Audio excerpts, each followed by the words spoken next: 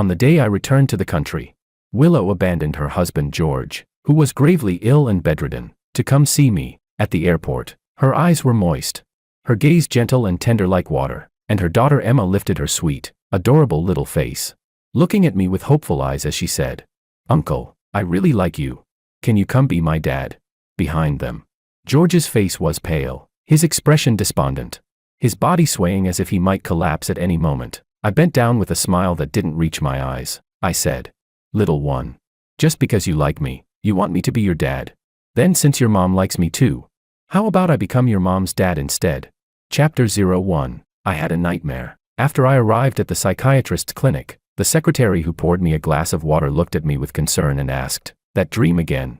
Holding my emotions in check, I said flatly, "I really can't take it anymore." The secretary sighed worriedly. "Having this kind of dream every single day, no wonder you relapse right after taking your meds." I gripped the teacup in my hands, lowered my head, and muttered in a daze, "One day, I'm going to kill all of them." The secretary jumped in fright and hurriedly tried to calm me down. "Mr. Ito, please, calm down." The clock on the wall ticked away for a long time. Not until it chimed the next hour did I finally come back to my senses and apologize to the panicked secretary. "I suffer from a highly aggressive mental illness, the kind that medicine can't cure. But in the past, even when I had an episode, I rarely wanted to kill anyone. The reason my condition has been getting worse and worse, to the point where I've developed these thoughts, is that starting one day, I began having an extremely disgusting dream. In my dreams, the same story repeats itself, and the same ending plays out every time. A woman who already belonged to someone in her heart married a man she didn't love and gave birth to a daughter. The man was honest and cowardly, restrained by traditional values. Even though he was a rich second-generation heir from a powerful family, he obeyed the woman in everything, constantly yielding and compromising. You could say he was pathetically humble beyond all limits. Yet even so, the mother and daughter treated him with utter coldness.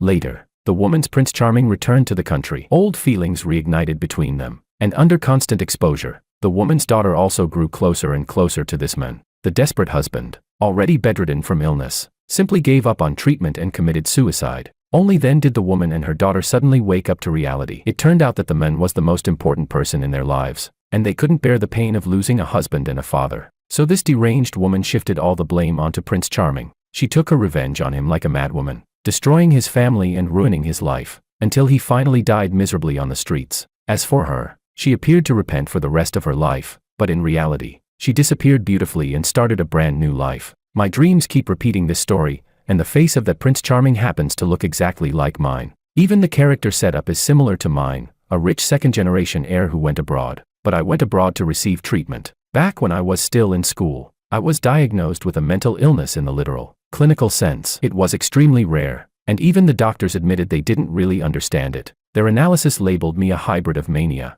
bipolar disorder, and schizophrenia. The specific symptoms were, sometimes I want to go completely insane and kill everyone who annoys me. Sometimes I want to make friends with fellow patients and drive everyone else insane. And sometimes I just love watching the show, wanting to see the whole world mentally collapse. The social circle was small, and my parents were terrified I'd cause trouble if I stayed in the country. On top of that, I was sick of putting on fake smiles and playing along with that crowd back home. So I crossed half the globe and went somewhere no one knew me. Originally, my condition had been gradually stabilizing until these dreams started. I'm certain that the Prince Charming in the dream is me, but I honestly can't figure out how I could have rekindled an old romance with a married woman. First of all, I have no interest in married women. I have zero desire for things that already belong to someone else. Second, I don't like women. Don't get me wrong, when I say I don't like women, I mean I'm disenchanted with them. Not that I have no physical needs. I mean I don't place women on any kind of innate pedestal. Of course, it's also possible that I don't just dislike women, I might simply dislike people in general. Lastly, among the few so-called top-tier women I know back home,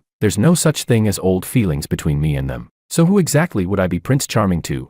That gold digger who harasses me every day, or that scammy fortune hunter I mocked until she completely snapped, or that girl who insisted on riding in my car and ended up throwing up all over it? I really can't make sense of it, but I can't see the faces of the other three at all. They're all covered by a thick layer of mosaic blur. Otherwise, back when my illness was at its worst, I would have already gone back home and done something illegal. Chapter 02. Actually, there are still a few people back home that I'm on pretty good terms with. For example, Martin Bai, the heir to the Bai group. He's the complete opposite of me in terms of personality, no matter when or where. His mental state is absurdly stable. He's always smiling, always cheerful, just a bit slow on the uptake. For instance, I told him a week ago that I was going back to the country. A week later, he called me and said, as if something had just occurred to him, At the time, I was smashing mosaic-style human figurines that had been mass-produced by a factory. Amid the crackling clatter, Martin didn't sound flustered at all. In his unhurried, laid-back voice, he said, I just remembered something. Makoto, turns out everyone already knows you're coming back. In fact, I'd been investigating who exactly the family of 3 in my dreams were. But since I'd been abroad all this time, my access to information was limited. Whenever I asked my parents about anything related, they always dodged the question and changed the subject. That very night, I noticed a bunch of strange new browsing records on my overseas account. They were things like, details of the XXXX family annihilation case. How is murdering an entire family sentenced? Understanding the killer's psychology behind a family massacre. What to do when your son wants to kill someone. I was speechless. I could see how worried they were, and that their concern wasn't completely unfounded. I had no strength to argue back. Since my parents were a dead end, I could only turn to friends within our circle. And today, that sloth Martin finally came through with news. Slowly, he said, Willow, she told people she's going to the airport to pick you up. He paused for a full 10 seconds before continuing. She has a daughter, and her daughter really likes you. Willow. I narrowed my eyes, a little surprised. I almost couldn't remember her anymore. Wasn't she that girl who used to be bullied by the school tyrant? Back when we were still students, I beat that bully badly enough to get him expelled. Willow even gave me a gift afterward, but the girl back then always wore a gloomy expression, with a hint of self-pity in her eyes. She rambled on about all sorts of strange things, like how anyone who got close to her would become unlucky. It wasn't until much later that I realized that behind that extremely punchable face, she was actually trying to thank me. Coincidentally, I'd just come out of an episode and was in a decent mood, so I told her I hadn't helped her for her sake. I didn't accept the gift either. After all, I tend to dislike people from time to time, and I had no interest in getting involved with someone who spoke in riddles. After I went abroad, my account kept receiving messages. I blocked the ones who messaged me too frequently, but there was one account called Past Events. Although she always sent things I couldn't quite understand, she'd occasionally make me laugh. She was kind of like a digital pet Martin once recommended to me. For example, she sent, I went to an auction today and saw a heart of the ocean. It was so beautiful. I thought to myself, if anyone could buy it for me, I'd marry him. I replied, what heart of the ocean? Sounds like some cheap freebie. Another time, she sent, so happy. I attended a fashion show today and your family's magazine invited me to shoot a cover. I know true love means supporting someone silently. I asked, who invited you to shoot? Then I directly transferred the tasteless idiot to a different position. She would also post selfie updates. Objectively speaking, she looked fine, but those half-revealing body shots and the push-pull flirting tactics she used were just way too low tier. So I muted her outright. It wasn't until recently, when she voluntarily exposed her identity to me, that I found out she was Willow. I never expected that after all these years, her level of narcissism had only gotten worse. I said, all right, got it. I paused thoughtfully. I'm hanging up now. The gifts I bought for you have all been mailed back. Martin sounded a little happy. Okay. Then he asked, do you want me to help you shut down the airport?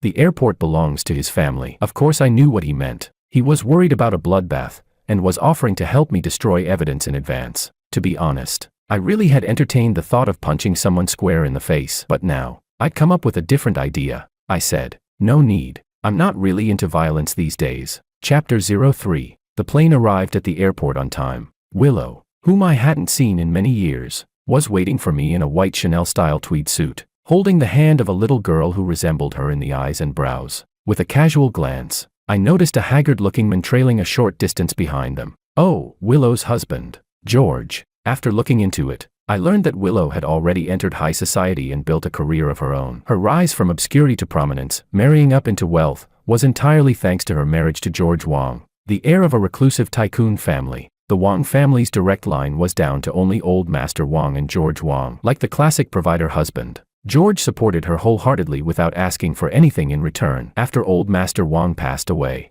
because Willow felt insecure and wanted protection, he even handed over complete control of the family finances. George was honest and introverted, with little experience with women. After falling in love with Willow at first sight, he proposed to her. To be honest, that whole love at first sight story reeked of deliberate design. After all, it happened when she was being bullied, and George stepped in to save her. In his pursuit of Willow, he simped to the extreme. Every holiday came with transfers and gifts, never missing a single detail of ceremony. Each payment carefully labeled as a voluntary gift. Before marriage, He put the villa and luxury cars directly under her name. After marriage, he worshipped Willow like an ancestor, revolving around her every single day. And yet, in the comments section of Willow's posts that looked like displays of affection but were really showcases of superiority, women praised this as the standard configuration of a good man, the awareness a real man should have. Some so-called good men even chimed in, saying that the meaning of a man making money was to spend it on his wife. Willow and Emma must have come without George's knowledge. They were completely oblivious to George's clumsy attempt at following them, despite him being such a conspicuous presence. At last, my interest was piqued. I changed my mind, adjusted my expression, and walked toward them with a smile. Willow had mentioned long ago that she wanted to see me. She lifted her gaze now, her eyes soft and affectionate. Long time no see. As for her daughter, who knew what she had absorbed from her mother through daily exposure, despite it being our first meeting, she kept edging closer to me, calling me uncle in a sweet, soft voice. After some dull small talk, Emma held one of my hands and one of Willow's, looked up at me, and smiled. Uncle, I like you so much. Will you be my daddy?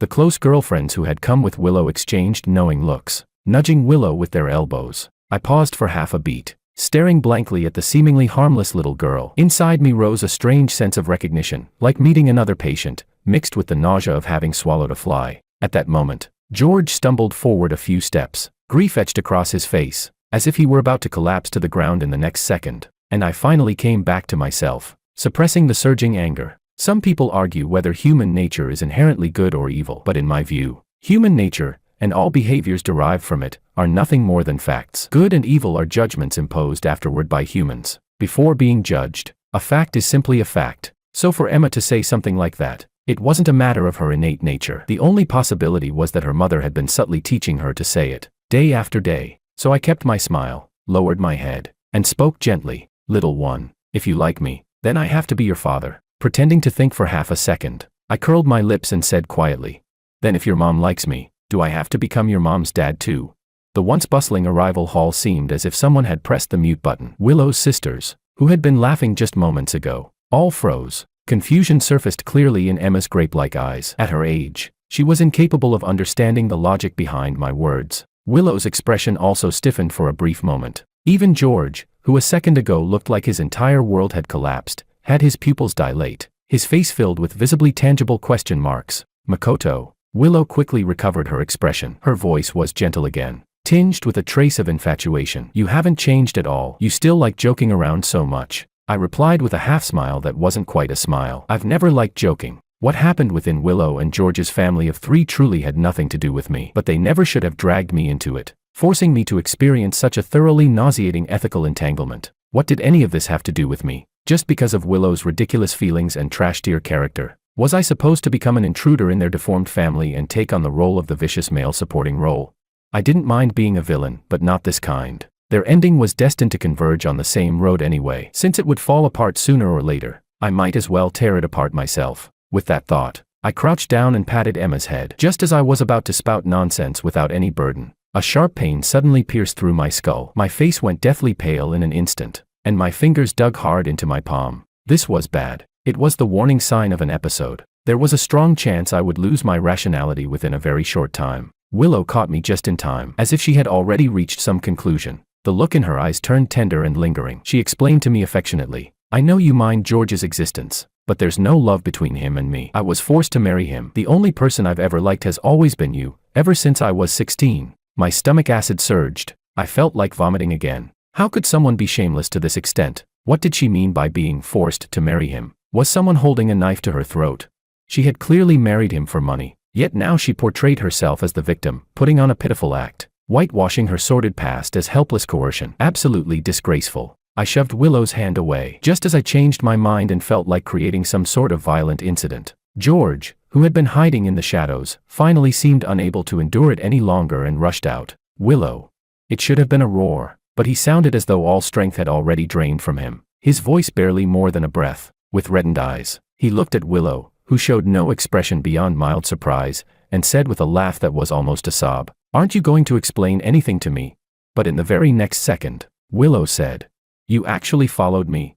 I was speechless. Willow questioned him coldly. After a pause, she continued just as icily, Makoto is a classmate I've always been very close to. He came back to the country, So we came to pick him up. I didn't tell you because I was afraid you'd overthink things. Little Emma frowned as well. Her childish voice was full of disapproval. Dad, how can you follow Mom? George's lips trembled, but no words came out. His entire face was drained of color, ashen like death. Enough already. What an absurd farce. With visible irritation, Willow said, I never liked you in the first place. You were the one who insisted on chasing after me. All these years of mutual courtesy, I've already given you more than enough face. Her expression was icy, her tone impatient. I'm an independent individual. You have no right to interfere in my affairs, and no right to question me. That made sense. A woman like this, when she has no money, she says, I don't care about money, I care about you. Once she has money, she naturally thinks, I'm not short on money anymore, so what do I need you for? As she finished speaking, her hand slowly reached toward me, trying to hook around my arm. I slapped it away. My temples throbbed violently, the pain unbearable. With great effort, I forced a single word out of my mouth. Get lost. Willow seemed not to hear me clearly. Her lips moved as if she were saying something, but all I felt was ringing in my ears. The world flooded with a low buzzing hum. This was Martin's family airport. I didn't want to cause trouble here. I needed to leave as soon as possible. When I reached George, I stopped and still offered an explanation. Mr. Wong, Willow and I have nothing to do with each other. My voice cut off abruptly. I froze, clutching my temple, and looked at the ashen-faced man in front of me. Gone. The pain that had plagued me for so long vanished the instant I got close to George, as if a gentle breeze had brushed past, silently sweeping it away. The distorted, inverted world in my eyes snapped back into place. The chaos in my mind cleared as though clouds had parted. My body's mechanisms returned to normal. I caught the rich scent of grass and trees in the air. Everything became astonishingly clear. Ever since the year my illness began, I had been trapped in this unbearable pain at all times. The only difference was its intensity. After going abroad, the sensation had been suppressed to its lowest point, yet I still felt like a patient, and I always felt lonely. My family and friends were all here. I couldn't ask them to uproot their lives and move overseas with me. When I decided to come back, I had already prepared myself to endure the pain again. Until this moment, it felt like scraping out diseased bone to heal an injury, medicine applied, illness cured, as if I had finally become a normal person. I couldn't convince myself that this coincidence had nothing to do with George. I looked at him with different eyes and was surprised to find no resentment in the way he looked back at me. He didn't seem to be taking out Willow's behavior on me at all. I spoke. George, hello. I removed my leather gloves, adjusted my glasses, and extended my hand. My name is Makoto Ito. He froze for a moment, perhaps recalling the sarcastic remark I had just made to Willow. Though he clearly didn't understand my intentions, he still reached out instinctively and shook my hand. Hello. The instant our fingers touched, that sense of being healed became even more pronounced. I reluctantly released my grip, oddly nostalgic for that clear-headed feeling of being a normal person. Although the Wong family lived reclusively, they owned quite a number of companies and supported many masters in the carving world, specializing in high-end custom work. When I researched them, I discovered that George himself was passionate about carving. To get to the bottom of this, and to avoid another episode, I made a decision within seconds. I needed to get close to George, and if you want to get close to someone, the obvious place to start is their interests, I said. I'm not close to Willow. We went to the same school before, but we barely exchanged a few words. I continued. However, I've long heard about Mr. Wong's carving skills. If there's a chance, I'd like to ask for your help. George paused slightly, his eyes brightening just a little, but the very next second, Willow said, Makoto, don't bother with him. All he does all day is mess around with useless junk. You're not from the same world. He wouldn't even understand what you're talking about. As if she couldn't understand human language, or grasp my intentions at all, she kept talking to herself. You've just returned to the country. Have you found a place to stay yet? Why don't you live at my place for now? I stood there stunned. How did she even have the nerve to say something like that? Before I could even react, she continued.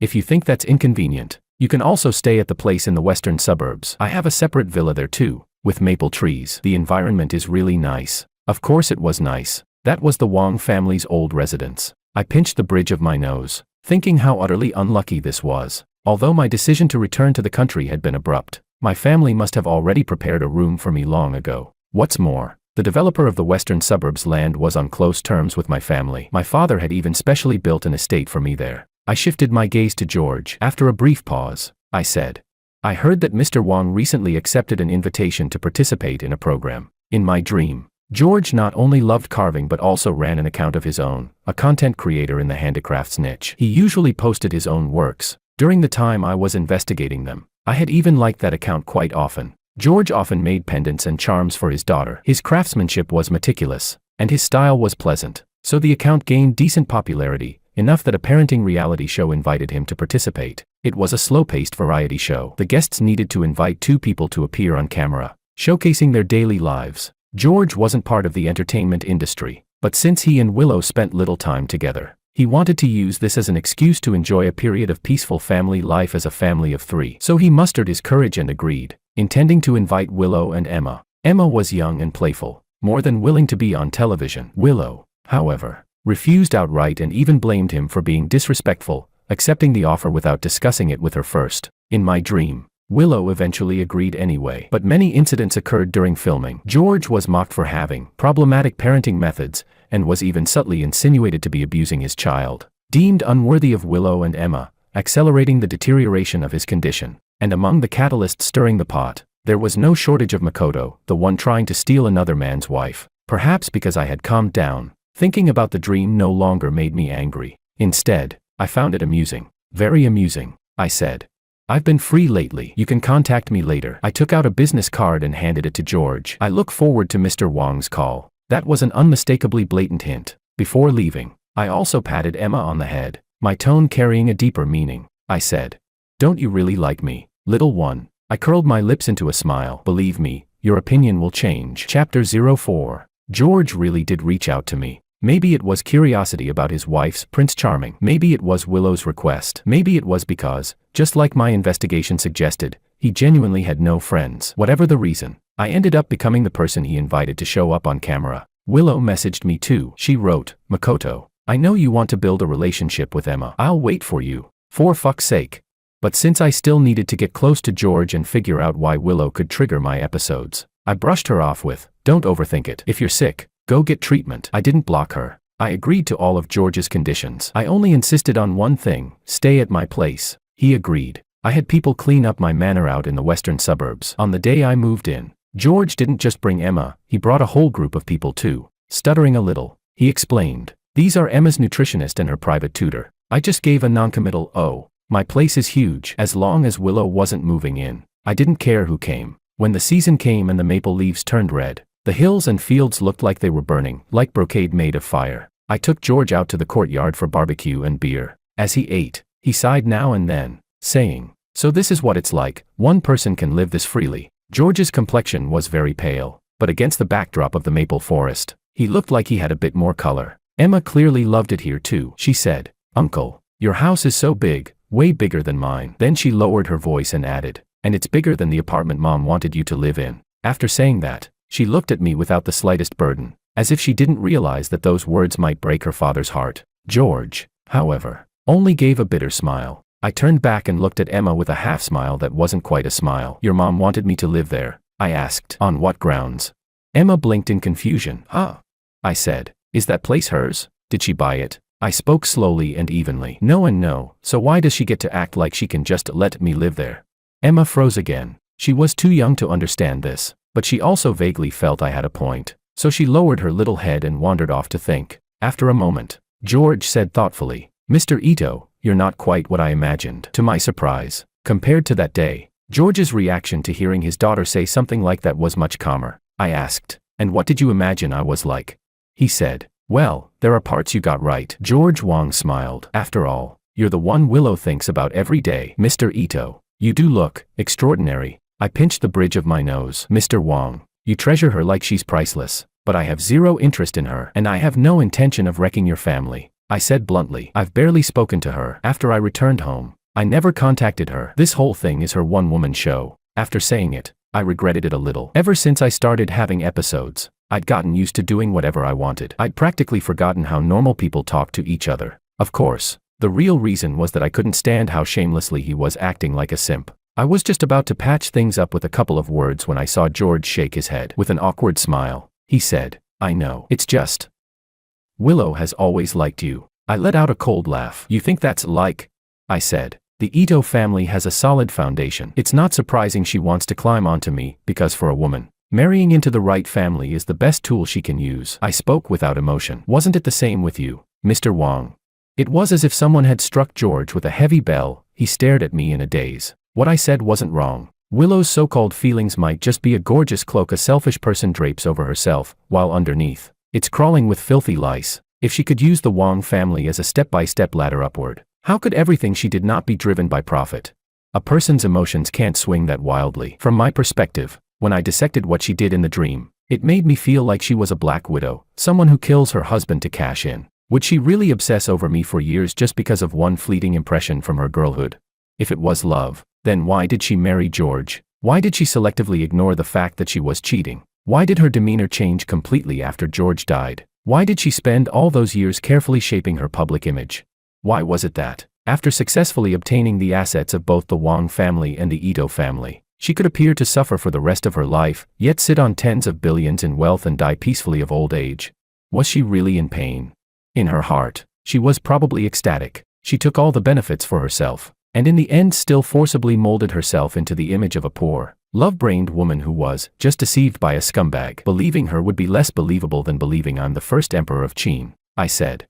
But I'm different. I changed my tone and continued. The Wong family brings no benefit to my family, and the Ito family doesn't need to rely on anyone. So my interest in Mr. Wong is purely interest in Mr. Wong as a person. George Wong's pupils suddenly dilated. He froze where he stood. How should I put it? George was really strange. Normally, what man could swallow such a humiliating insult without exploding? Yet he endured everything, swallowing broken teeth along with blood, with not a shred of backbone to speak of. For example, he should have been hostile toward me, but not only did he not lay a hand on me, he didn't even lose his temper. He was still chatting and laughing with me, to the point that I started to wonder whether he had some kind of cuckold fetish. What I couldn't understand the most was this: a wealthy family like the Wongs, already practically at the end of the road and held up solely by the old Master Wong, couldn't afford any internal strife at all. As the last heir of the Wong family, George should have been molded long ago into someone capable of standing on his own, someone not swayed by romance. So why was he such a pushover, so much so that he ultimately ended his life over a woman? A person's mindset usually aligns with their path of upbringing. Yet everything old Master Wong did failed to match the logic he should have followed. It was as if, the moment Willow appeared, the storyline of the world was forcibly dragged onto an uncontrollable track. To be honest, I never believed in demons or spirits before, but the older I get, the more I feel that both I and everyone around me are trapped in some grand performance. We're marionettes, our emotions manipulated at will. So many things that defy common sense seem to bother only me. When my illness flares up and I fall into that irrational state, I don't feel like I'm the one who's sick. I feel like the entire world has gone mad, every last one of them. I've never once believed there was anything wrong with me. So, George, what kind of role are you supposed to be playing? Chapter 05. I arranged George and Emma's rooms next to mine. That night, plagued by nightmares as I usually was, I unexpectedly slept very well. In the past, I never needed an alarm clock. My sleep quality was poor, so I would usually wake up as soon as the sky began to brighten. But this time, I wasn't woken up until the production crew arrived and started knocking on my door. Some of the companies under the Ito group are managed by me, and I also frequently accept interviews, so I'm not resistant to being on camera. Heirs of big families are all like this, more or less half public figures. Breakfast downstairs was already prepared, refined and healthy, clearly arranged according to optimal nutritional ratios. This wasn't made by our family's aunties. It was probably done by the people George brought with him. I eat very simply abroad and rarely see such a lavish breakfast, so I unceremoniously pulled out a chair and started eating. Then I noticed Emma, her face pale, poking at the food on her plate with a troubled look, clearly with no appetite. A servant stood beside her and said hesitantly, "Miss, please eat at least a little. This was specially arranged by Sir for you." For some reason, that hit a nerve. Emma shoved the plate away and shouted, "I'm not eating." Then she walked over to me, looked at me with wide, pleading eyes, and blurted out without restraint, "Uncle, I want to eat hamburgers and fries, the kind in the photos Mom showed me of you." I paused. There really was such a scene in the dream. The photos Willow showed her were pictures taken by foreign newspapers of me wolfing down fast food. Later, I took the girl to eat junk food and play at amusement parks, and she decided her rigid, boring father was truly awful, not half as good as me. I do like hamburgers and fries, but that doesn't mean I scoff at fresh, healthy food. People shouldn't transfer their anger onto children whose values haven't even formed yet. She's still far too young, nowhere near being set in stone. And then, the very next second, Emma. George frowned and looked at her seriously. "You can't eat those things." I waved my hand at him instead and asked Emma, "Why don't you ask your dad whether he's ever eaten those things?" Emma looked at George blankly, her small nose scrunching up. It was as if she'd originally wanted to accuse him of something. but now she'd forgotten what it was. George shook his head at me. The camera focused on my face, as if trying to capture this little farce. Thanks to George, my mood was calmer than it had been in a long time. Even looking at Emma now, I could stay composed. I smiled and said slowly, "Your dad is a bit taciturn and not good with words. It's also his first time being a father. There are many things he doesn't understand, so he can only imitate the kind of father he imagines. He grew up from your age too, so however he grew up, he thinks that's how you should grow up as well. So he tends to make decisions without explanation, just telling you yes or no. But his intentions are good. He thinks those foods are unhealthy and not suitable for you at your age, so he won't let you eat them. He specially hired people to make nutritious breakfasts for you. It's not him deliberately making things hard for you, he does it because he thinks it's good for you." I smiled again. When boys like us were little, whoever explained reasons to us didn't listen. From resistance to obedience, it took 1 second. I continued, "He might just be stuck in the past." I took a sip of coffee and looked at George. Parents who love their children plan far ahead for them, but who can say for certain that long-term benefits must always outweigh short-term desires. Eating it once in a while, what's the big deal? I paused, then went on. "Emma, don't you want to become a reliable adult? I heard that back in kindergarten, you even taught your classmates how to fold paper. So why can't you give your dad a little more patience, and teach him too?" Emma tilted her head and murmured to herself, "Daddy has never eaten chicken wings or hamburgers either." George nodded and said, "Yes." Emma asked again, "Daddy always controls me, is it because Daddy grew up like this too?" "Yes," Emma said. "Then was Daddy's daddy very strict?" George's fingers trembled slightly. His voice was strained as he said, "No, it was Daddy's grandfather." Chapter 06. It wasn't surprising that George didn't know how to teach a child. In traditional society, what's drilled into men is responsibility and accountability. A father must not be weak, must not show vulnerability. He has to suppress his emotions and become the pillar of the family. As a result, men increasingly shape themselves into providers for their wives, providers for the household. In contrast, traditional society's expectations of women have long since collapsed. Willow didn't need to become a virtuous wife or a devoted mother. Those are altruistic roles that erase the self. Since that was the case, all she would feel was that she still hadn't taken enough, hadn't taken hard enough, and that everything she took was earned by her own ability. So she hollowed out her husband's money and built herself into the image of a powerful, independent female lead. At the same time, she told the child that a man becomes a father in just an instant, lightly erasing years of the other person's contributions. And children, they can usually only perceive what's immediate. They can see a mother's care and tenderness, but it's hard for them to understand provision and responsibility, things that are never emphasized and never displayed. That's why being a parent isn't just about giving to a child, it's also about being close to them. Over the years, in trying to treat my own mental illness, I've read a lot of psychology books. Taming this kid shouldn't be a problem. She's just crooked, not rotten. "Uncle," Emma said after thinking for a long time, "if I take Daddy to do those things, will Daddy understand me?" I replied, "I don't know." I curled my lip. "You have to ask whether he's willing, because when you invite someone to do something, the most important thing is to ask what they want." The young miss who had always had everything go her way clearly lacked even the most basic concept of seeking others' consent. After chewing on it for a bit, she finally obediently went to ask George, "Daddy, are you willing to try it with me once?" George hesitated for a moment before bending down and saying solemnly, "I'm willing, Emma." Emma's eyes lit up, as if she'd just received some extraordinary promise. I rubbed my forehead. "You've never done it either. How are you supposed to take her?" I stood up. "Come on, I'll take you." And so, George and Emma followed me along obediently. I had people buy ready-made junk food, then took them to the back kitchen to make some ourselves with an air fryer, so we could compare which tasted better. Ding! In the noisy kitchen, George was staring at a tutorial and earnestly trying to coat things with cornstarch. When Emma walked over to my side, she whispered, "Uncle, how can I become someone like you?"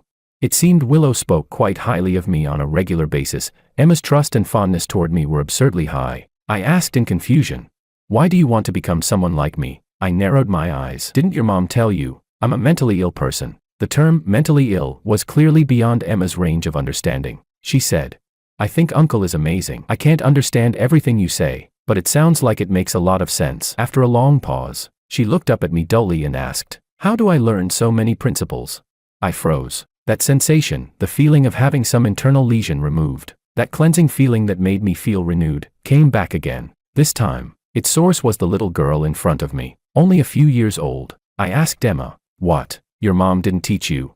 Emma shook her head. "No, Mom said that home is a place for love, not a place for reason." I was speechless. In Emma's world, her entire cognitive system came from Willow. Right and wrong didn't matter, there was only one standard, and that was so-called love. But if that sentence were truly a universal family principle, then it should apply equally to both spouses. So let's flip the question around. Does its implicit meaning also include that men are allowed to be unreasonable and domineering toward women at home? Obviously not. In reality, this phrase is almost always used in only one direction, demanding tolerance from one party, demanding concession from one party. That means it isn't a principle, it's a tool. I asked, then do you think she makes sense?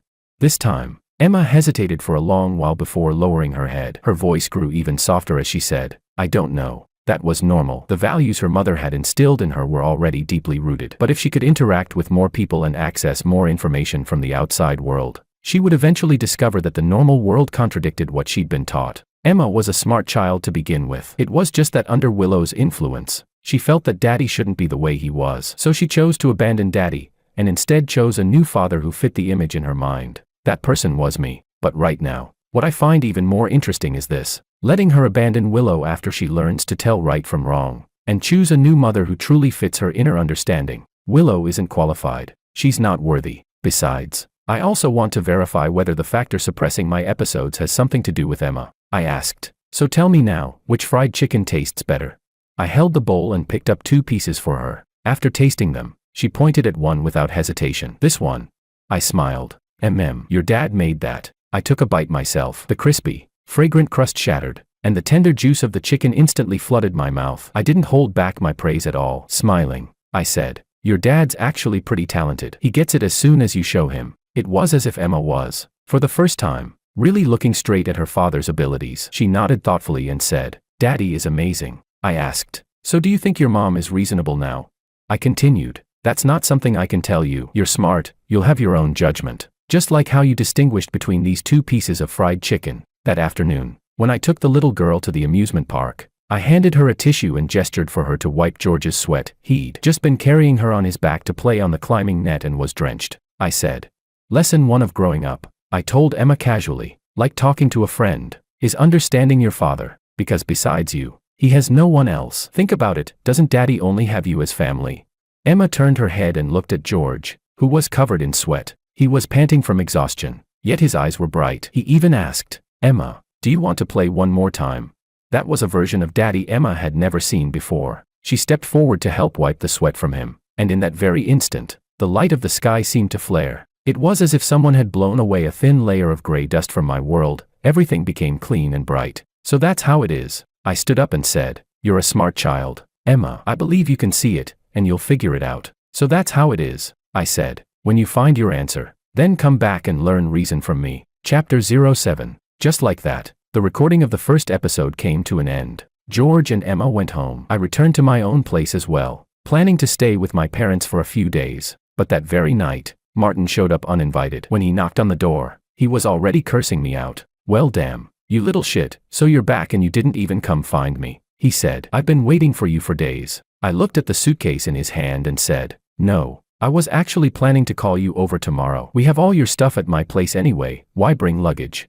He scratched his head and said, it's a gift for you. Hearing that, Martin's mood seemed to improve. He patted my shoulder, walked into the dining room, and greeted my parents. Martin's here, my mom said with a smile. Perfect timing, we haven't started eating yet. Sit down, sit down. My parents' understanding of Martin is flawed. They've always thought he's cheerful every day, slow in everything he does, and willing to be friends with someone like me who has a mental illness, basically. An honest guy who's easy to take advantage of. What they don't know is that anyone who can become my closest friend is, at heart, not exactly normal either. For example, right now, he was sitting on the sofa in my room, stroking his chin, slowly telling me everything that had happened while I was abroad. He said, Maria got scammed into one of those compounds. Maria was that gold digger with a low IQ, who fantasized every day about marrying into a wealthy family, to the point of even drugging people. I asked, you set it up? I know Martin too well, he said. Yeah, with a calm expression, he continued. Sophia got locked up, fraud-related. Sophia was the shameless scammer who relied on her looks to cheat people out of marriage dowries. Once, one of her victims even attempted suicide, and she mocked him for it. I asked, you did that too? He said.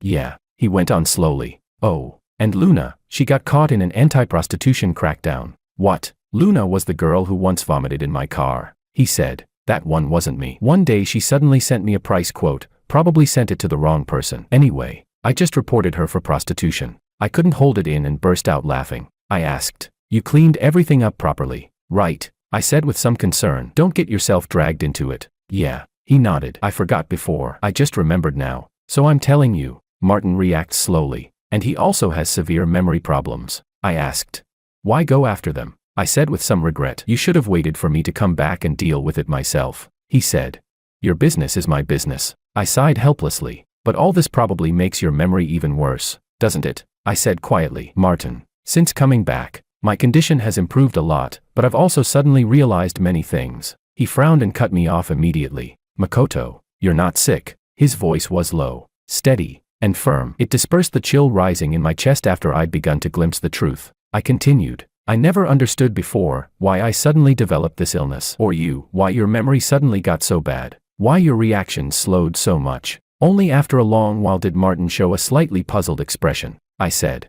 "Do you know what rejection reactions are?" I pulled off the gloves I never take off. "We're people who are different from the entire world. We're the world's abscesses, viruses meant to be eliminated, disobedient puppets, insignificant side characters. We are," I thought to myself, "people who want to be ourselves." I said, "Maybe our fate was decided the moment we were born, but I think the one who wrote that fate was wrong. We don't want to act according to his will, so we were rejected." My episodes. Your forgetfulness, nothing more than this world trying to turn us into the same kind of existence as everyone else. Its rejection response does not tolerate resistance. Ever since the year my illness began, whenever I touched people who made me feel an intense urge to vomit, dense red rashes would break out along my arms. It was like encountering an allergen that my body found especially intolerable. My resistance was too violent. That was why I would lose my sanity. My pain, his forgetfulness, all came from the punishment imposed by the world. I said, "Martin, every story has a protagonist, and in our story, all the protagonists are people we know. That's why we loathe them, and when we go after them, our illnesses only grow worse." So I distanced myself and went abroad, and I gradually got much better, until the day the official storyline truly began. Martin stared at me blankly, his expression frozen. He opened his mouth, but no words came out. Then, in the next second, a tear slipped from his unblinking eyes. It fell just like that, without any expression at all. It was the tear of an actor trapped beneath a stereotyped role, crying for himself. I said, "But I've already found a way." I patted his shoulder and sneered coldly. "Stories can be changed," I continued. "If the protagonist is unqualified, then we support a second protagonist and rewrite the entire world." It seemed like he finally reacted. He said, "George." Martin couldn't suddenly remember all of this for no reason, and I couldn't suddenly recover either. The only variable was George. This single, flat, almost completely undeveloped character. Someone who seemed to exist solely to highlight how despicable Willow was. But I couldn't understand it. Why did a story like this insist on portraying the men as so cowardly and incompetent? Clearly, it was a story about a cheating woman, yet the men never dared to say a single firm word to her, never dared to fight back. Instead, he fawned endlessly, compromised without limits, only to receive more disappointment in return, using deep affection to move no one but himself. I said, "We're going to help him." Then I said, "Martin, this is helping ourselves. We've been friends for nearly 20 years. He never asks me why, and he never doubts me. Maybe our fates were set long ago. Maybe from the moment we were born, we were destined to be comrades fighting side by side." Martin suddenly reached out and tightly gripped my hand. Just like the first time I had an episode at school, when I rejected anyone coming near me, yet instinctively clenched his hand alone. We've always been like this, creatures accustomed to relying on each other, without a moment's hesitation. He said, "All right." Chapter 08. Emma and George were forcibly removed from the program's recording. Willow texted me to question it. This time, her tone was no longer the gentle, infatuated facade she'd put on before. Instead, it carried a cool, reproachful edge. She said, "Makoto, I think your condition has been very unstable. You also said a lot of incoherent things on the show. I'll help you contact a doctor." I knew she was panicking, because after the first episode aired, the online reaction was completely different from what she had imagined. Some people said, "Everyone keeps saying George isn't worthy of Willow, but why does it not feel that way to me?" Yeah, Willow kept saying her husband treated their daughter badly. I thought he favored sons over daughters or something. Others said, "I felt something was off for a long time. She keeps implying that George lives off her." But back when she was showing off their relationship, didn't she say herself that George handed all the family assets to her? Houses, cars, this kind of upside down, absurd logic, and nobody ever thought there was a problem with it. Someone else commented, "She talks trash about the dad to the kid every day, then turns around and says the father-daughter relationship is bad." Yeah, it is bad, and as for why it's bad, don't ask. And then there were comments like, "What's Willow pretending for? She didn't even show up for the program. I thought she loved being on camera the most, now she conveniently disappears." These remarks were half joking, but threaded through them was very real dissatisfaction. What I didn't know, however, was that when Willow once again compared George to me at home and criticized him nonstop, George, rarely, went cold. He frowned and said, "Who do you think you are? Still fantasizing that some rich CEO is going to fall in love with a single mom dragging a kid along? Go piss and take a look at yourself. Do you really think you're worthy?" And then, Emma, who had always been obedient to her mother, actually stood on George's side. In a tone that didn't sound like a child's at all, she reprimanded her. "Mom, it's wrong for you to talk about Dad like that." A husband who had spent half his life being humble finally humiliated her with his own words. A daughter who had always been close to her began to show strange changes. The men she yearned for had zero interest in her, mocking her whenever he pleased. Negative public opinion online surged like a tidal wave. Nothing went smoothly. Everything was moving in the exact opposite direction of what Willow had imagined. She could no longer face me calmly. This time, I blocked her cleanly and decisively, but something still felt off. George hadn't contacted me proactively for 3 days. When I messaged him, his replies were polite but distant. When I asked about the reason for withdrawing from the show, he said he was busy with work and wouldn't be able to see me for a while. Just as I was planning to go check on him myself, an uninvited guest arrived at my home. That day, rain poured down relentlessly. Emma, soaked from head to toe, knocked on my door alone. There were faint bloodstains on her clothes. It looked like she'd fallen, her knee was scraped, her face had abrasions, and she was shivering from the cold. The moment she saw me, tears welled up in Emma's eyes. Choking back sobs, she said, "Uncle, please save Dad." Only after bringing her inside, letting her take a hot shower, and having someone make her ginger tea did I ask her to tell me what had happened. Her small hands clenched tightly together, her emotions running high. She said, "After Dad ate the food Mom made, I was startled, but thankfully," she continued, "he fainted. Then Mom had people lock him up. I can't see Dad." I begged the nanny, the driver, the housekeeper, but none of them would listen to me. She couldn't hear her father's voice. She couldn't see him. He was imprisoned in a locked room. Every day, people in white coats went upstairs at set times to give him injections, and all the messages from his phone were being replied to by Willow. Emma caused a disturbance at home, and Willow simply sent her to live at school. Emma snuck out during the school's midday break. She couldn't find anyone who could help her, until she thought of me. "I understand," I said. My gaze darkened. "I'll go save your dad right now." All of the Wong family's assets had already fallen into Willow's hands. George's only remaining family member in the world had long since passed away. Willow still held the legal status of wife. Making small, dirty moves was far too easy for her. Not wanting to alert Willow, I called Emma's school to request leave. I told Emma to stay at home and not go out. Just before I left, she called out to me, "Ito, uncle." I asked, "What is it?" She said, "I think I know the answer to the question you asked me last time." Emma continued, "I didn't ask Mom. I went to ask my teacher. I think I did a lot of things wrong, things that made Dad sad." I asked, "Then did your teacher teach you that realizing your mistakes and correcting them is the greatest good?" She said, "Yes, the teacher taught me many principles." Her young voice trembled with tears. "Mom thinking about another man is wrong. Mom locking Dad up is also wrong. She has no reason, so she refuses to talk about reason." I said, "Then, Emma Wong, you already have the ability to judge right from wrong." I crouched down and gently patted her head. "You're very smart," she asked. "Ito, uncle, why do you call me by my full name?"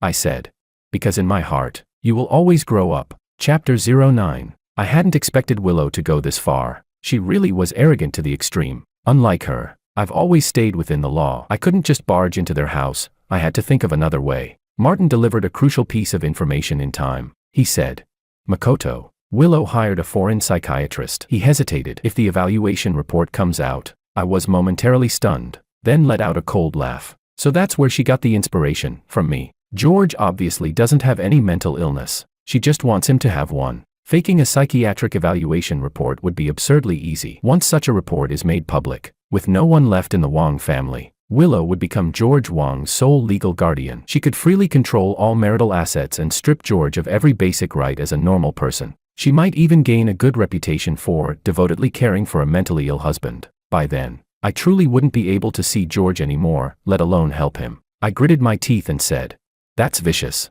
Martin was visibly anxious. "Makoto Ito, what do we do now?" he said. "Should I have my people surround their place directly?" Don't act rashly, I said. The Ito family has already put a lot of pressure on Willow in the business world. I paused, then continued. What we need to do now is find something. He asked. Find what? I don't believe old Master Wang didn't leave George Wang a contingency plan, I said. Even if he was controlled by the will of the world, he must have had moments of clarity, just like us. Martin was silent for a few seconds, then said, I understand. I'll look into the Wang Group's old records and their original working team. If old Master Wang left something behind for George, where would it be? After thinking for a moment, I said, I need to go to old Master Wang's cemetery. All right. The rain was still pouring, and the sky was shrouded in mist. I knew which cemetery old Master Wang was buried in, but not the exact spot, so I searched row by row. Halfway through, I ran into a middle-aged woman who was cleaning. She seemed to be the caretaker. She called out to me. Who are you looking for? I said. Aiden. She clearly recognized the name. She froze, then looked me up and down. After a long pause, she asked, Who are you to him? What's your name? It's not a Memorial Day. Why are you here looking for him? I said. I'm his grandson's friend. Her background was unclear. I shouldn't have explained so much. Yet, driven by some inexplicable impulse, I took out my ID and handed it to her. My name is Makoto. I'm here to. What kind of excuse should I make up? After a moment of silence, I said, I'm here to help George. A sentence without context, without explanation, but the woman fell silent. She took a piece of paper out of her pocket, set down her broom, put on a pair of glasses, and began carefully checking something, comparing dense rows of tiny text. I only glanced at it briefly, but I saw that the very first name listed was Willow's. I didn't interrupt her. She looked for a long time before finally letting out a breath, as if relieved. So it really isn't there. I knew my memory wasn't that bad. After saying that, she ignored me completely, turned around, and walked off, leaving behind only one sentence. Follow me. We walked all the way to the cemetery's front hall. From among the many tightly packed drawers, she precisely pulled one open and handed me a small safety deposit box. She said, This is what you're looking for. She let out a long breath. It's been so many years, I can finally hand it over. Holding the light little safe, I couldn't help asking, Was this entrusted to you by old Master Wang? She replied, Yes. He was a strange man. He even bought his own grave in advance. The woman murmured, as if lost in memory. But he was also the most formidable person I've ever met. I once owed him a favor, so I promised to guard this thing in secret, hiding it from everyone. This sheet of paper was given to me by him as well. I remember every single name on it clearly. If someone on the list came, I was to pretend I knew nothing. But I had clearly seen that the very last name on that paper was Aiden. He had guarded against even himself. I asked, Then what if George came? She said, If he came alone, I would give it to him. But every single time, there was always someone with him. Was it companionship or surveillance? The thought sent a chill through my entire body. I lowered my gaze to the box in my hands and said, I understand. She added, I don't know the password to the safe. Only someone who can open it is allowed to take it. I nodded and, almost without hesitation, entered a string of numbers. When did old Master Wang first realize something was wrong? George's parents had died under suspicious circumstances. If my guess was correct, perhaps that, too, was a form of punishment, because they had once been the people closest to George, and the pain of flesh and bone could never compare to the pain of losing one's own kin. The numbers I entered were the dates of their deaths. With a soft click, the box opened. You really could open it. Looks like I didn't wait for the wrong person, the woman said, her eyes lighting up. Old Wang also left a bank book with me, but I need to see George in person before I can give it to him. I looked at the now open box and gently shook my head. That won't be necessary. There wasn't much inside, a thick stack of documents, a letter, and a small note. The note contained only a single line, written in bold, elegant strokes, decisive yet unrestrained. It read, Many years of assistance, words cannot express my thanks. The money was prepared for you. Do not linger. The future is bright and brilliant. Wishing you well. There was no signature, no name, but I knew exactly who it was meant for. I handed the note to the caretaker standing before me, closed the box, and turned to leave. She stood frozen for a moment. Then a choked sound spilled from her throat, but I could no longer see the tears streaming down her face. Chapter 10. The Wang Residence. Ah, Makoto, I didn't expect you to come looking for me. Willow held a glass of red wine, gazing at me with feigned affection. I knew it. You have feelings for me too. Martin, sitting beside me, couldn't help letting out a soft scoff. I simply lifted my gaze toward the tightly locked second floor and asked, Where's George? She said, Him? A useless sickly thing. Willow's face twisted with disdain. He's hospitalized again, I said.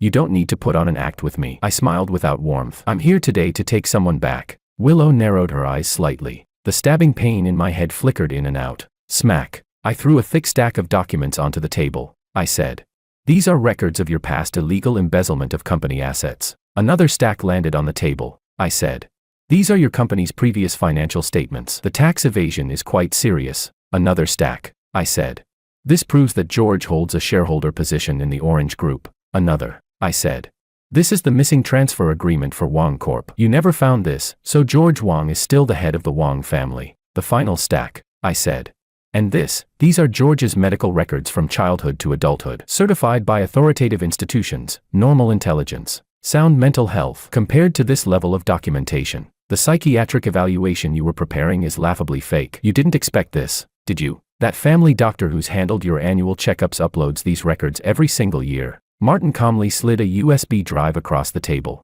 I said, "And here's the evidence that you hired people to kidnap George. Photos, audio recordings, transaction records, everything." With each item revealed, Willow's face grew uglier, darker, more distorted. She stared at the pile of documents and screamed, "How could you have this kind of thing? It's all fake, forged." I spread my hands. "Whether it's fake or not, you know better than anyone." I tapped the table, ignoring the intensifying pain drilling into my skull. "You've already guessed who prepared all this for you, haven't you? You've been looking for it for years, after all." Her expression changed abruptly, but in the next moment, she seemed to regain her composure. She snorted lightly and said, "So what? Isn't my company still George's company? That dead simp, he'd definitely be willing to take the fall for me. Are you really going to send him to prison? And all this about our past? Sure, it wasn't pretty, but we're happy now. As long as my husband doesn't mind. All of this is invalid. The police won't bother with family matters. He loves me to death, far more than you imagine." After speaking, she clapped her hands. "Bring my husband out." The door opened. Disheveled, George walked downstairs. He looked at Martin and me. The dead water in his eyes stirred slightly, then quickly returned to stillness. He said, "Willow." Willow pouted. "Honey, all the misunderstandings between us these past few days have been cleared up." She looped her arm through his and pressed close to him affectionately. "Don't bother with these crazy, irrelevant people anymore. From now on, it's just the three of us. Let's live our lives properly together. Okay?" George looked dazed, but he stared at Willow for a long time before breaking into an utterly blissful, foolish smile. "Crazy, crazy, crazy, crazy. I'm not crazy. I'm not crazy. I'm not crazy. I'm not crazy. They're the ones who are crazy, not me. They're crazy, not me. They're crazy, not me. Damn it, damn it, damn it. Damn it, damn it, damn it. Let them all die." The world flipped upside down. A violent surge of nausea slammed through my already fragile mind. My vision flooded with red. I clutched my ears, trying to block out those bizarre noises, until a pair of hands grabbed me and forced me upright. "Makoto, you're not crazy." It was Martin's voice. He said, "Pull yourself together." He released his grip, took a letter out of my pocket, and tore it open without hesitation. He read aloud, "My grandson George. When you see this letter, I hope you are safe and well. By the time you read this, I should have been gone for many years. What season is it where you are now? If it's winter, you must remember to dress warmly. You were always so rambunctious as a child, running barefoot through the snow even on heavy snow days. Grandpa would chase after you, terrified you'd fall and hurt yourself. I hope you open this letter, and yet I also hope you never do, because if you came to see me alone, then you must be very, very lonely. You must have encountered the difficulties I once anticipated, and that's why you thought of me. I miss you too." The pain receded. I looked up and saw new light bloom in George's eyes. He stared blankly at the letter in Martin's hands, as if afraid to blink. Willow frowned slightly and stepped forward to snatch it away, shouting, "What kind of nonsense is this?" Smack. I stepped forward and slapped her hard, then followed up with a few more blows, knocking her out temporarily so she wouldn't get in the way. Martin seemed not to notice any of it. He kept reading. "Perhaps because I am old, because I am close to death, I was finally granted a stretch of clarity. George, do you know this? Every single day in the past, I was atoning for my sins. All these years, I felt like I lived in a fog. When you were little, I didn't teach you how to be a person. When you grew a bit older, I didn't teach you how to become strong. When you grew older still, I grew impatient. I wanted to teach you how to inherit the company, and then I was punished. I believe it was punishment. George, it was as if some strange force wanted me to mold you into someone obedient, cowardly, without opinions of his own. It trapped my education of you with so-called responsibility and sacrifice. I became the marionette. The more I resisted, the less freedom I had. So I often forgot what I was supposed to do, what I needed to do. I believe that was punishment. Your parents died the very next day after I took you into the company. Every day I regretted it. Every day I was afraid. I killed my own son and daughter-in-law. Was I going to kill you too? But I still wanted to ask heaven, why? Why did it have to choose you? The day you brought Willow to see me, I discovered in horror that she might be the one who was destined, but her nature. I wanted to scold you. I wanted to drive her away. From that moment on, I tried to resist, and I lost myself again. George, I still remember that day, when I unknowingly wrote her a check as a meeting gift and told you that as a man, you must protect her, never wrong her. I even supported your proposal to hand over financial control to her. I couldn't break free. At that time, I was nothing but an empty shell. But how could I possibly trust an outsider for no reason at all? The company was the lifeblood built through 3 generations of the Wang family. After a long pause, he continued reading. I failed again. Fortunately, I'm about to die. Before death, I was granted this brief period of clarity. I looked into your eyes. You were very happy then. Willow had given birth to a daughter for you. But was that because our Wang family still had value she could exploit? I know you love Willow deeply, but your grandpa doesn't dare think about whether that love is being controlled, or whether it truly comes from your own will. I'm useless now, but I've left you something enough for you to escape. If one day she betrays you, if one day you wake up and want to leave, if one day you make friends who are willing to help you, then you will definitely come to see me. Grandpa can no longer protect you. But George, all Grandpa ever hoped was that you could become the person you want to be. This life of mine. Martin had been skipping sections as he read. When he reached this point, he paused, his voice trembling slightly. He folded the pages and didn't continue reading what came after. Tucked within the thick stack of letters were many photographs. There were faint traces of blood left on them, as if someone had been coughing up blood while slowly writing. Drip. It was George's tears. His trembling hands clutched the letter tightly. He ground his teeth together, his shoulders shaking, as if something inside him were about to burst free. In the next instant, crack. At that very moment, I heard it, clear and delicate, right by my ear, the sound of something shattering. The world before my eyes was renewed. On Willow's body, it was as if some invisible thing had dissipated. I turned to look at Martin and saw the same stunned expression on his face. This letter has some kind of strange power, Martin said. It feels warm to the touch. I feel like I've become. He seemed unsure how to describe it, but I knew. That letter likely carried the power of resistance, left behind by old Master Wang. Another scar upon the world, I said.